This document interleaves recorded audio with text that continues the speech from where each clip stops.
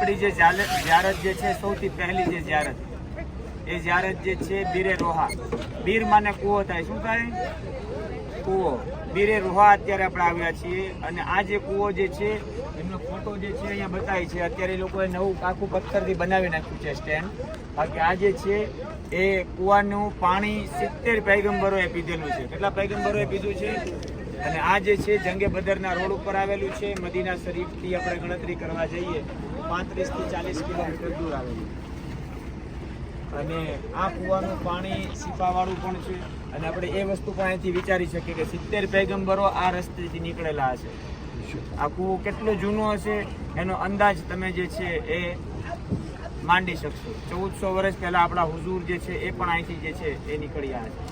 અને મૂસા અલૈહિસ્સલામ, યુસુફ અલૈહિસ્સલામ, જેટલા પણ પૈગંબરો જે છે એમાંથી 70 પૈગંબર જે છે એમણે આ કૂવાનું પાણી પીધેલું છે. બરાબર. હવે આપણે અંદરથી જે છે એક એક બોટલ તમે લઈને આવ્યા હોય તો અહીંનું પાણી જે છે જે તમે માર્કર હોય તો એ જે છે માર્કરથી તમે લખી શકશો અને એ પાણી તમે જે છે નાની બોટલ તમે લઈ જઈ શકશો. આની પછી જે છે એ બીરે શિફા કે જે શિફાવાળો કૂવો જે છે ત્યાં ઇન્શાલ્લાહ આપણે જાશું.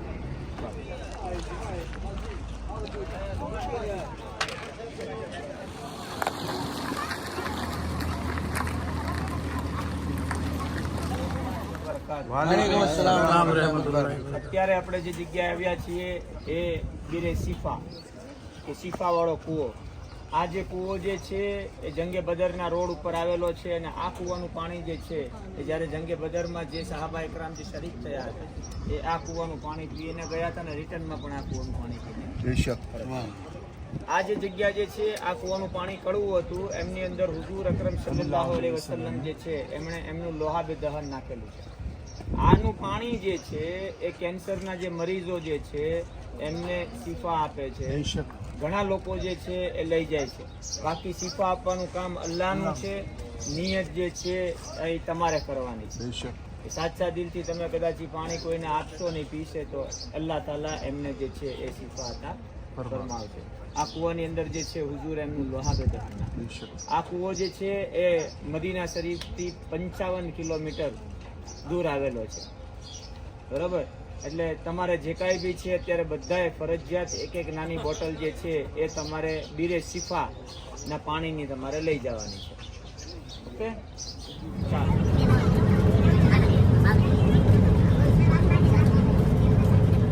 બદર જે છે એનો જે વિસ્તાર ક્યાં હતો, ક્યાં જંગ થઈ હતી, ક્યાં કોના કયા કયા ખેમા લાગેલા હતા એમની ઝિયારત માટે આપણે આવ્યા છીએ. તમે ઇન્ડિયામાં જે સાંભળો છો ને 313 સહાબા ઇકરાઓની જે જંગ થઈ હતી, ઇસ્લામની સૌથી પહેલી જે મોટી જે જંગ જે છે એ આ મેદાનની અંદર થઈ હતી. મેદાન જે છે ત્યાંથી શરૂ થાય. તમને જે ઝાડવા બતાવી છે બધાએ, આ જે છે આ જંગે બદરનું મેદાન છે. 313 સહાબા ઇકરામ જે છે એ આ જંગની અંદર શરીક થયા હતા. અને તમે જે અત્યારે જગ્યાએ નમાઝ પઢીને આવ્યા, જે જગ્યાએ જે ગુંબદ જે લાગેલું છે, ગુંબદની એક્ઝેક્ટ નીચે જે છે એ હુઝુર અકરમ સલ્લલ્લાહુ અલૈહિ વસલ્લમ જે છે એમના ખેમા મુબારક હતા. એ જે જગ્યા જે છે અને એમનું નામ છે મસ્જિદ આરિશ. શું નામ છે? મસ્જિદ આરિશ, જ્યાં હુઝુર અકરમ સલ્લલ્લાહુ અલૈહિ વસલ્લમના ખેમા મુબારક હતા.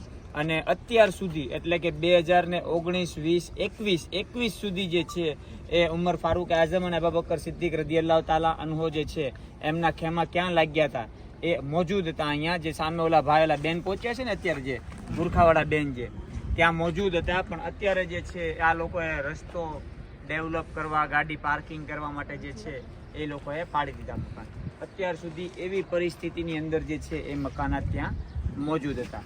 હવે આપણી જે ઝિયારત રહેશે એ આ જંગ જે અહીંયા શરૂ હતી ત્યારે હુઝુર અકરમ સલ્લલ્લાહુ અલૈહિ વસલ્લમ જે છે એમણે અલ્લાહ તાલા પાસે દુઆ કરી કે મારા રબ, આ 313 ફૂલ જે છે એ જ છે તારું નામ લેવા માટે. જો આ પણ દુનિયામાં નહીં રહે તો તારું નામ લેવાવાળું કોઈ નહીં હોય. અલ્લાહ તાલાએ દુઆ કબૂલ કરી અને એક જે પહાડ છે જબલે મલાઈકા, એમની ઉપર ફરિશ્તાઓને નાઝિલ કર્યા અને જે કાંઈ બી છે એ આપણે જંગની અંદર ફતેહ મેળવી હતી.